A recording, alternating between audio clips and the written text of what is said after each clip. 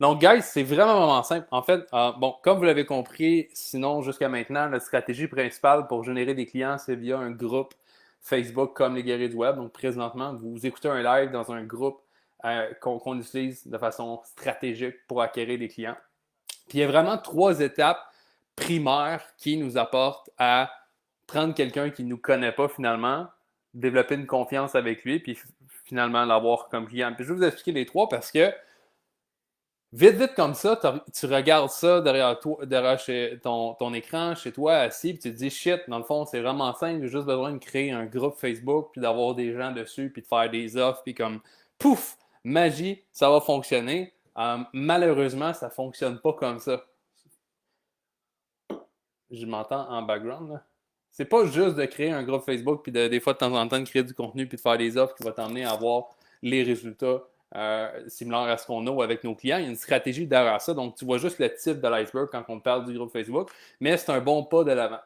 Le but ultime derrière ça, fucking simple, on veut simplifier ta façon d'acquérir des clients. Parce que le plus que c'est simple pour toi d'acquérir des clients, mais le plus que tu es capable de passer du temps à les aider puis réellement apporter des résultats et à travailler à grandir l'entreprise.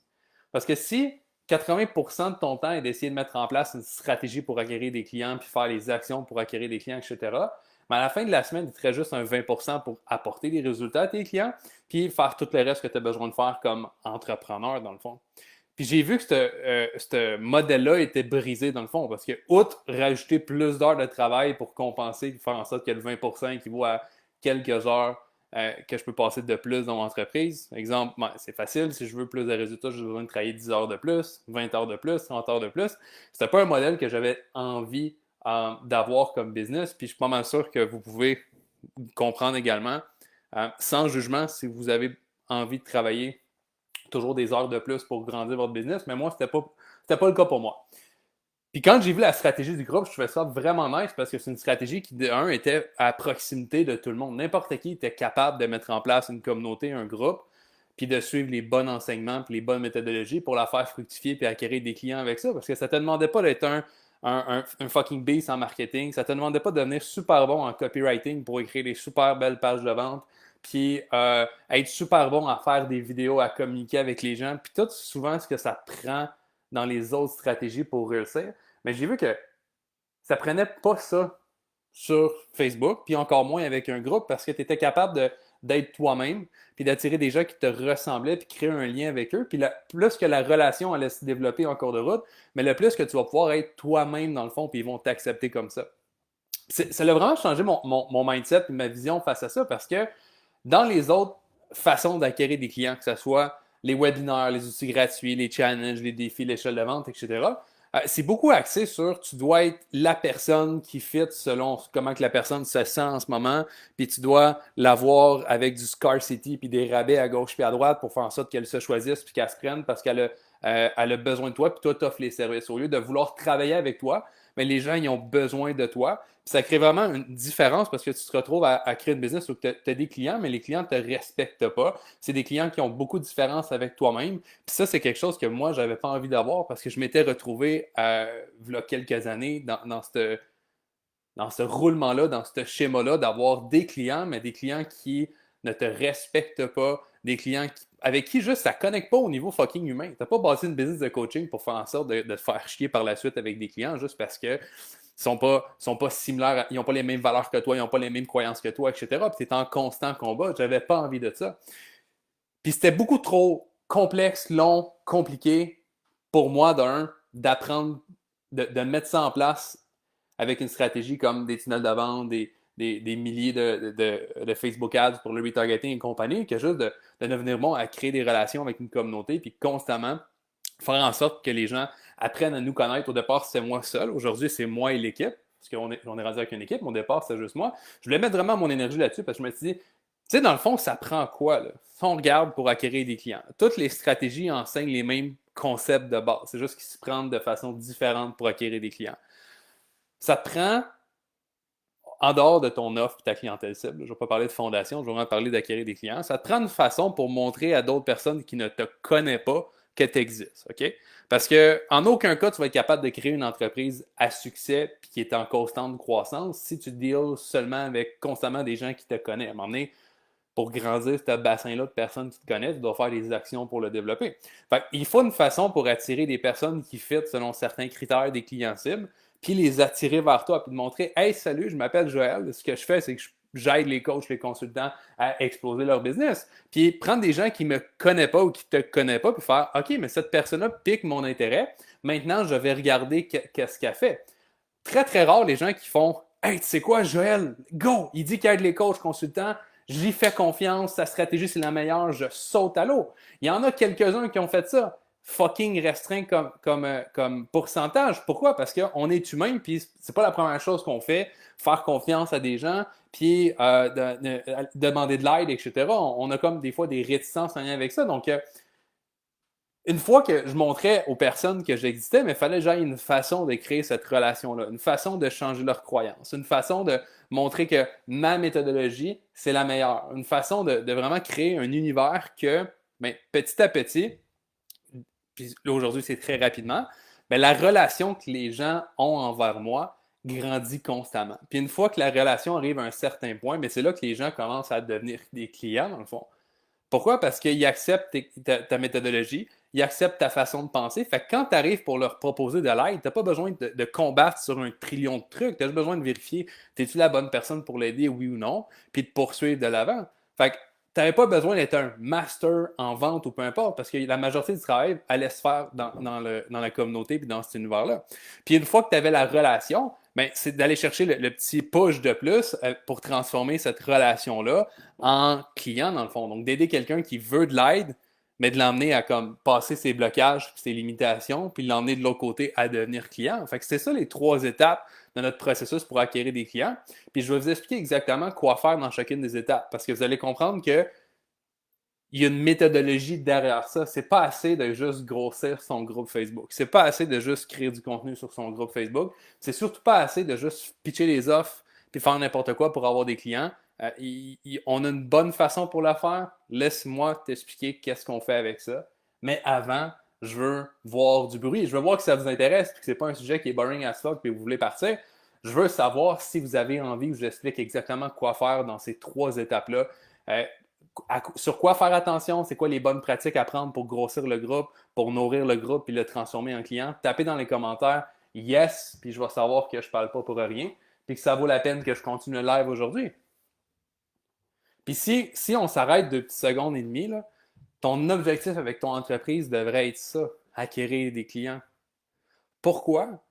C'est que dans le monde du coaching, un client, c'est la personne qui va avoir la meilleure transformation. Puis toi, ton rôle devrait être, si tu es rentré en coaching, ben, je veux impacter du monde, je veux transformer des vies. Fait que si tu veux transformer des vies, ça te prend des clients.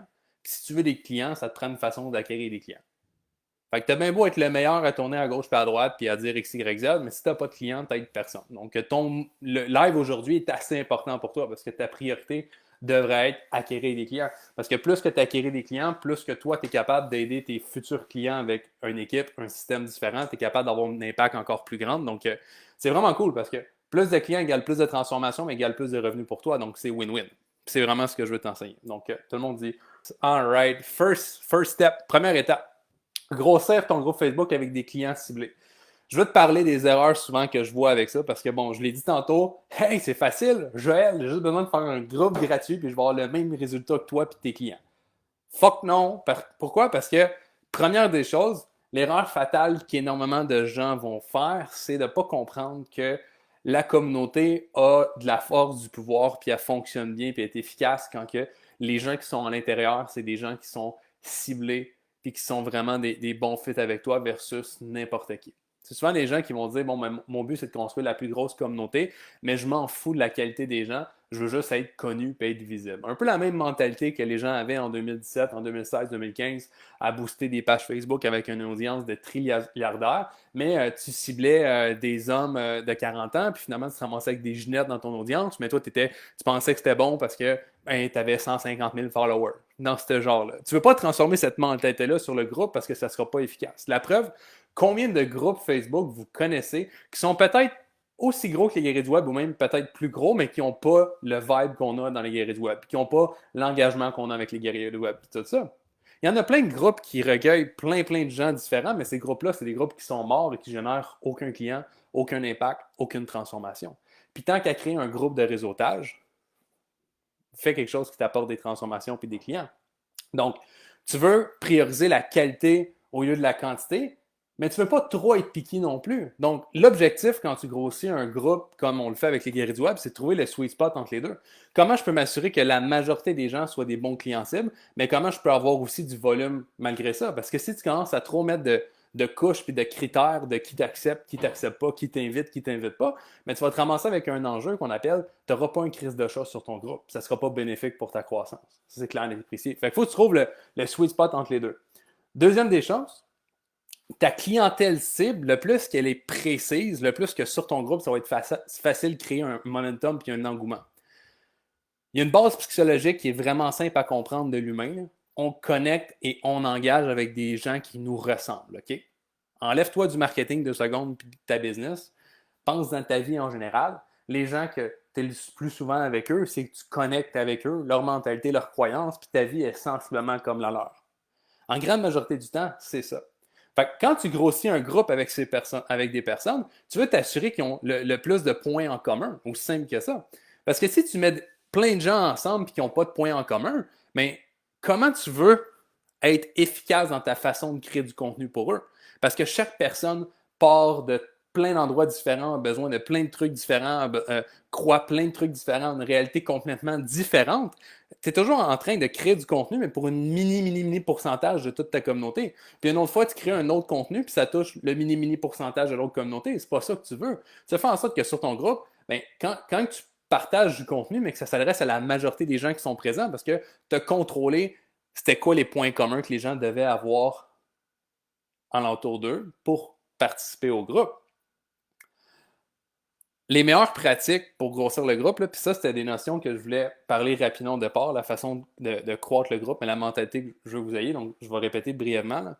Tu veux trouver le sweet spot entre la qualité des gens qui t'accèdent dans ton groupe, mais aussi avoir du volume, parce que si tu es trop piqué, tu te ramasseras avec personne. Mais oublie la mentalité du « mais c'est pas grave au cas où cette personne-là aime ce que je fais et elle me réfère des clients ». Fuck that. Pour vrai, ça n'arrive jamais ces trucs-là, ou très petit, puis ça vaut pas, dans le poids de la balance, là, ça vaut pas la peine d'accepter des gens qui ne sont pas tes clients cibles dans un groupe. Aussi simple que ça. Donc enlève-toi de la mentalité que peut-être un jour il va te référer des gens, là, puis laisse juste tes clients cibles rentrer dans ton groupe. Puis il y a deux façons de construire ton groupe. Fait que, tu sais, je t'ai dit, il faut que tu trouves la façon de trouver le sweet spot entre les deux. Ben, ensuite, quand tu as trouvé la bonne méthodologie, c'est ce qu'on enseigne, comment trouver le sweet spot puis d'avoir une bonne façon de grandir ton groupe, bien, il y a deux façons que tu peux le grandir. Des façons qui sont vraiment simples à comprendre. Première façon de grandir ton groupe, c'est avec des actions manuelles. Tu peux faire des actions sur les médias sociaux qui t'amènent à promouvoir ton groupe, qui t'amènent à inviter des gens sur ton groupe, puis faire en sorte que les gens aient envie de participer puis de joindre ton groupe. Dans le fond, c'est simple que ça. Puis quand je dis action manuelle, c'est des actions qui vont, tu te retrousses les manches puis tu travailles. Guess what? Tu as du travail à faire, comme dans n'importe quel business. Ce qui est le fun avec les actions manuelles, c'est que c'est prévisible. Tu es capable de dire, mais tu sais quoi, si je veux X nombre de membres sur mon groupe, je suis capable de mettre X nombre d'actions puis je vais avoir X nombre de membres. Donc, c'est vraiment cool au niveau des chiffres. Ça, c'est la version en fait que je vais suggérer le plus parce que c'est elle qui est le moins difficile à mettre en place et qui est le plus stable dans le fond. L'autre côté de la médaille, tu peux aussi grandir ton pub avec ton groupe avec de la pub, OK? Tu es en mesure de faire de la publicité Facebook puis de mettre en place une stratégie pour que les gens veulent joindre ton groupe. Comme ça, tu es capable de payer un montant par nouveau membre sur le groupe. Cette façon de faire-là est sexy, beaucoup plus complexe à mettre en place que les autres techniques manuelles pour grandir ton groupe. Donc, aujourd'hui, les gens qui joignent les guéris du web, majoritairement, vous êtes venus sur les guéris du web parce que j'ai fait des publicités puis vous avez joint le groupe par XY Medium, mais vous prenez normalement une publicité si vous êtes récent dans le groupe depuis les derniers mois. Au départ, c'est pas ce que je faisais. Au départ, je faisais des actions manuelles, mais plus que c'est allé, plus que j'ai voulu être efficace sur mon temps, comprenez ce que j'ai dit. Là. Plus que j'ai grandi, plus que j'ai commencé à être plus efficace sur mon temps. J'ai pas dit demain matin, fuck it, moi je fais rien puis je vais aller automatiser pour grandir mon groupe. Non, j'ai mis des actions manuelles qui vont amener des résultats, qui m'ont amené un cash flow qui m'a emmené une équipe pour me permettre de penser à des trucs comme ça sur, mais maintenant, comment je peux être plus efficace pour grandir le groupe. Mais au départ, ce n'était pas le cas. C'est souvent l'erreur que les gens vont faire, c'est qu'ils vont se dire, ah, mais tu sais quoi, ça va m'éviter de travailler si je mets ça en place. Si ton but premier en ce moment, c'est d'éviter de travailler, il y a une crise de problème. Parce que tu n'as pas compris une notion de base d'entrepreneuriat qui est n'importe qui a conçu quelque chose de gros a bûché au départ. Fait que si tu n'es pas prêt à bûcher, l'entrepreneuriat n'est peut-être pas pour toi. Sorry. Je crois pas à la mentalité que tu peux juste travailler 1 heure semaine pour le restant de tes jours puis atteindre les rêves que tu veux. Là. À moins que ton rêve soit de travailler 1 heure par semaine pour peu de revenus, peu d'impact. Arrivé à un certain temps, c'est un autre niveau, là, mais tu comprends ce que je veux dire? Là? Si tu n'as pas créé la business que tu veux en ce moment, oublie dans ta tête de travailler le moins possible puis d'avoir le plus de résultats possible. Là. Mets de l'effort. Où je l'en ai avec ça, c'est que bon, la technique de la pub, c'est sexy, mais on a attendu longtemps avant de la mettre en place parce qu'aujourd'hui, mais j'ai du temps. Aujourd'hui, j'ai une équipe. Aujourd'hui, on a un super de bons revenus. Les résultats sont super bons. Donc, en termes de CEO, j'ai commencé à me tasser de certains départements dans mon entreprise pour penser au big picture, puis à la vision, puis comment je peux aider l'entreprise à grandir davantage. Mais quand tu es les deux pieds dedans, puis c'est toi qui fais tout de A à Z, tu n'as pas cette place-là, tu n'as pas cette énergie-là dans le fond à mettre. Donc, tu veux une façon qui est la plus simple à mettre en place, d'où pourquoi je te parle de technique manuelle, OK? Donc, ça, c'est ce qui vient couvrir le premier point. Tu as deux façons de grandir le groupe, avec de la pub, avec des actions manuelles. Puis ce que tu veux sur ton groupe, c'est trouver le juste milieu entre la quantité et la qualité. Retiens ces points-là. Guys, jusqu'à date, est-ce que ça vous éclaire? Est-ce que vous comprenez des trucs que vous ne compreniez pas avant, peut-être des erreurs que vous faisiez avant sur votre groupe que maintenant vous allez pouvoir arrêter de faire? Dites-moi dans les commentaires si c'est intéressant. Deuxième step pour mettre en place la stratégie d'acquisition client avec le groupe, c'est cette fameuse portion-là où que, OK, cool, je suis capable d'emmener des gens sur mon client, de ma clientèle cible sur mon groupe, mais une fois qu'ils sont sur mon groupe, qu'est-ce que je fais avec eux, right? Est-ce que je publie des citations à gauche et à droite? Est-ce que je partage des vidéos YouTube pour les motiver? Puis est-ce que je vais chercher des collaborateurs pour qu'ils créent du contenu sur mon groupe? C'est quoi la bonne façon de faire? Okay? Tantôt, j'ai parlé que c'est pas important d'avoir c'est pas assez d'avoir juste des gens dans ton salon. Il faut que tu sois bon à entertain. Parce que, à un moment donné, ben, s'il n'y a rien qui se passe, il n'y a rien qui se passe, puis les gens ils quittent, puis tu ne veux pas ça pour ton groupe. Tu veux que le groupe reste engagé puis investi, puis surtout, tu veux avoir une stratégie, puis ça, c'est un gros point de cette étape-là. Tu veux créer du contenu de façon méthodique. Je vois tellement de gens qui sont en mode je dois créer du contenu parce que je dois créer du contenu, mais qui n'ont aucune maudite idée de pourquoi écrire ce contenu-là, puis il n'y a rien de méthodique puis de planifié. Ils sont juste là en train de publier un peu n'importe quoi, des histoires-là, des ci-là, des citations-là, etc. Puis ils disent, ben, ma job est faite, j'ai créé du contenu. Mais ils se rendent compte que ce contenu-là, il bouge personne. Mais pourtant, ils ont fait leur job de créer du contenu. Puis ils passent des années et des années à essayer de créer du contenu pour n'importe quoi, passer des tonnes d'heures à créer du contenu pour finalement pas de résultats. Versus, il y a d'autres types de personnes qui comprennent qu'il y a une façon stratégique puis il y a une méthodologie pour créer du bon contenu qui arrive à changer les croyances pour ta clientèle cible, qui arrive à emmener les gens à vouloir être davantage engagés dans la mission, davantage engagés sur le groupe. Puis ces personnes-là, ben, c'est drôle, c'est les gens qui passent le moins de temps à créer du contenu parce qu'ils n'ont pas besoin d'en faire un trillion, ils sont stratégiques dans leur façon de les faire puis de les positionner. Puis c'est vraiment un des trucs qu'on pousse le plus au niveau de qualité parce qu'on ne veut pas que vous passiez votre vie à créer du contenu sur Facebook, on veut que vous soyez méthodique. La vérité, est-ce que tu peux ne pas créer de contenu pour éduquer les gens? Non. Est-ce que tu es obligé de passer ta vie sur Facebook pour créer du contenu pour éduquer les gens? Non. Cool? C'est vraiment la mentalité que je veux développer. Fait que le deuxième point, c'est. Mais je vais y aller avec les erreurs communes en fait que je vois souvent les gens faire. Je l'ai parlé tantôt, il n'y a pas de stratégie de contenu, c'est une erreur que souvent les gens vont faire. Mais la deuxième erreur, le plus visible que je vois, c'est les gens qui prennent juste pas le lead de leur groupe Facebook. Aussi simple que ça. Ils ont un groupe, mais ils laissent un peu n'importe qui publier, n'importe qui partager des trucs, des histoires, des ressources, des ci, des ça. Puis ça fait en sorte qu'au départ, on pense que c'est bien parce que, OK, cool, le groupe, ben, il roule par l'humain, puis il y a des gens qui font d'autres trucs, puis qui partagent des trucs. Mais ce qui arrive, c'est que le but de ton groupe, c'est d'éduquer les gens vers une destination précise.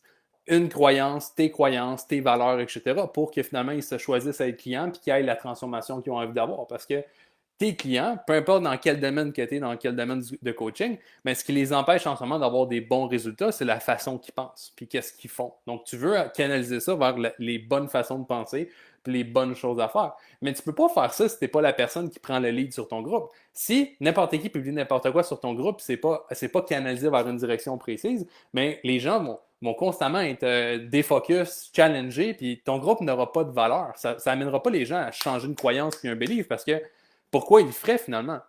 Un jour, ils entendent ça, l'autre jour, ils entendent ça, le troisième jour, ils entendent ça. Il n'y a rien qui est corrélatif dans tout ça. Fait que finalement, ben, ils ne changent pas vraiment les gens, puis il n'y a pas de déclic qui se fait. Fait que quelque chose qui est vraiment important à faire avec ces gens-là, c'est surtout que tu es la personne qui publie le plus sur le groupe, que tu es la personne qui own le groupe. C'est ton salon, c'est ta maison, ton groupe.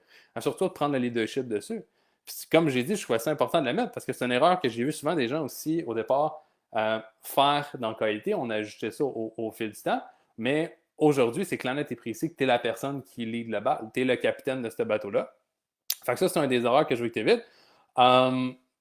Next, donner, ça c'est un point qui est assez important pour la création de contenu, là. Donner ce que les gens veulent avoir au lieu de penser qu'est-ce qu'ils ont envie d'avoir. Ça, c'est vraiment un point qui est culminant en quel point ça va être facile de créer un groupe, créer l'engagement, faire en sorte que les gens ils veulent être tes clients.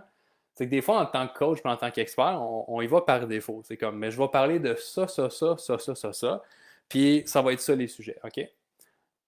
Mais comme tantôt ce que j'ai parlé dans la façon de grandir le groupe, tu dois trouver le juste milieu. Tu dois aussi trouver le juste milieu à quoi dire sur ton groupe. Parce que si tu es toujours la personne qui donne pas aux gens ce qu'ils ont envie d'avoir, mais les gens vont pas rester motivés, engagés au départ.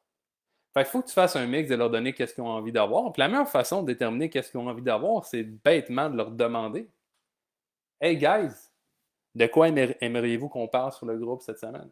C'est quoi les sujets clés? Puis tu leur donnes des idées de sujets, puis tu les laisses choisir, mais ça va donner une direction sur la majorité de ton contenu devrait être orienté vers quoi.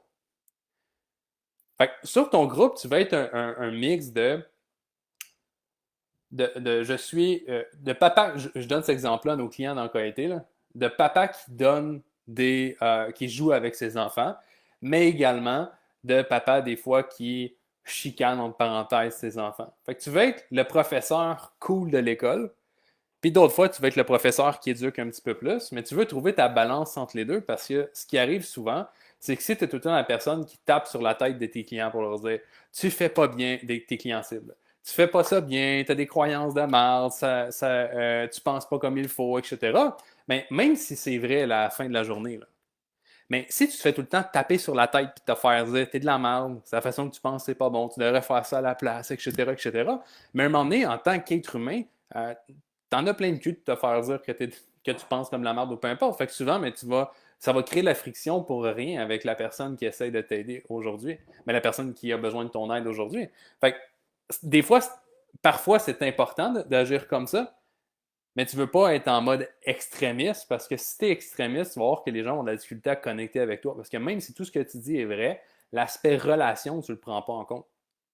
Puis de l'autre côté de la médaille, mais si tu les éduques jamais, puis tu les challenges jamais, puis tu es tout le temps dans avec ah oui, tu penses que c'est ça le problème, on va travailler là-dessus, mon petit gars, ma petite fille. Puis tu les challenges pas, puis c'est ton rôle en tant que coach de vérifier, mais ce qu'ils disent en ce moment, est-ce que c'est vraiment l'enjeu puis le problème ou c'est quelque chose d'autre, puis de venir challenger ça. Mais si t'es tout le temps la personne qui leur donne juste ce qu'ils ont envie d'avoir puis rien d'autre, mais tu vas jamais créer des grandes transformations parce que la grande majorité du temps, ce qu'ils veulent, c'est pas ce qu'ils ont besoin. Ça, c'est un point qui est très important à comprendre dans le coaching. La majorité du temps, tes clients cibles veulent quelque chose, mais c'est pas ce qu'ils ont besoin. Parce que s'ils savaient exactement ce qu'ils avaient besoin, il n'y aurait sûrement pas ces résultats-là en ce moment, puis ces problèmes-là, puis ces obstacles-là. Fait que tu vois comment c'est un jeu dans ta communauté et dans ton groupe de leur donner ce qu'ils ont envie d'avoir, mais aussi de pousser ce qu'ils ont besoin puis de scier entre les deux. Puis c'est souvent de cette façon-là que je les aide beaucoup, nos clients, avec la mentalité de tu veux être genre le professeur cool à l'école. Le professeur cool à l'école va te donner quand même le contenu et la théorie, puis il va te challenger. Mais des fois, il va niaiser avec toi, puis il va te donner ce que tu as envie d'avoir, puis il va te laisser avoir tes écouteurs dans les oreilles, etc. Puis tu veux être cette personne-là sur ton groupe. Si tu veux réellement aider des gens, tu te dois mettre en place un système d'acquisition client simple comme on peut t'aider à le mettre en place. Puis je l'ai finir là-dessus.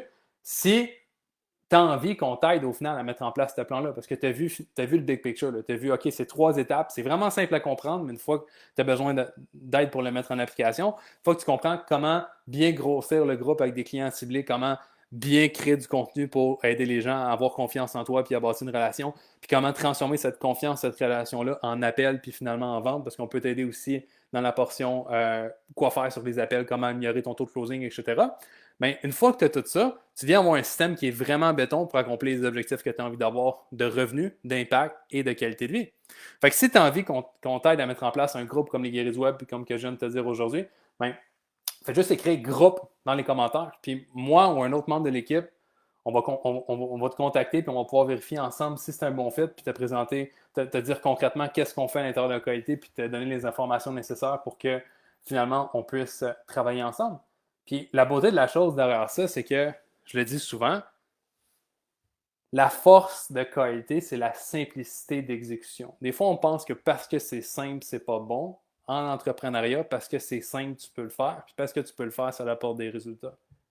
Puis présentement, c'est ce qui fait la force de tous nos clients, que ce soit à l'intérieur de qualité ou que ce soit même avec Elite qui est la suite. Bien, la force de tout ça, c'est tu n'as pas besoin de skills en marketing. N'importe qui est capable de mettre en place la stratégie qualité puis de la faire fructifier très rapidement. Au lieu de passer des mois et des mois sur une façon compliquée d'acquérir des clients, tu es capable de mettre en place très rapidement puis d'avoir le feedback de vraies personnes puis de bâtir une communauté, ce qui va faire une différence dans les prochaines années entre qui t'écoute. En fait, qui que les gens écoutent et qui n'écoutent pas, c'est la communauté qu'ils vont avoir créée. Aujourd'hui, c'est plus assez de juste dire que tu es bon, t'es belle, t'es fine, t'es capable. Les gens ont besoin de bâtir connecter avec toi puis de te faire confiance. Puis la seule façon de vraiment créer ça, c'est de bâtir une audience puis une communauté comme on te l'enseigne avec le groupe. Donc, si tu veux qu'on t'aide à mettre le groupe en place, tu veux qu'on t'aide à générer un extra 10 à 100 000 par mois parce qu'on a des clients qui ont fait ça, si tes ambitions sont grandes et tu veux transformer encore plus de vie, fais juste écrire groupe dans les commentaires puis on va t'écrire pour prendre un appel. Aussi simple que ça. Bye guys!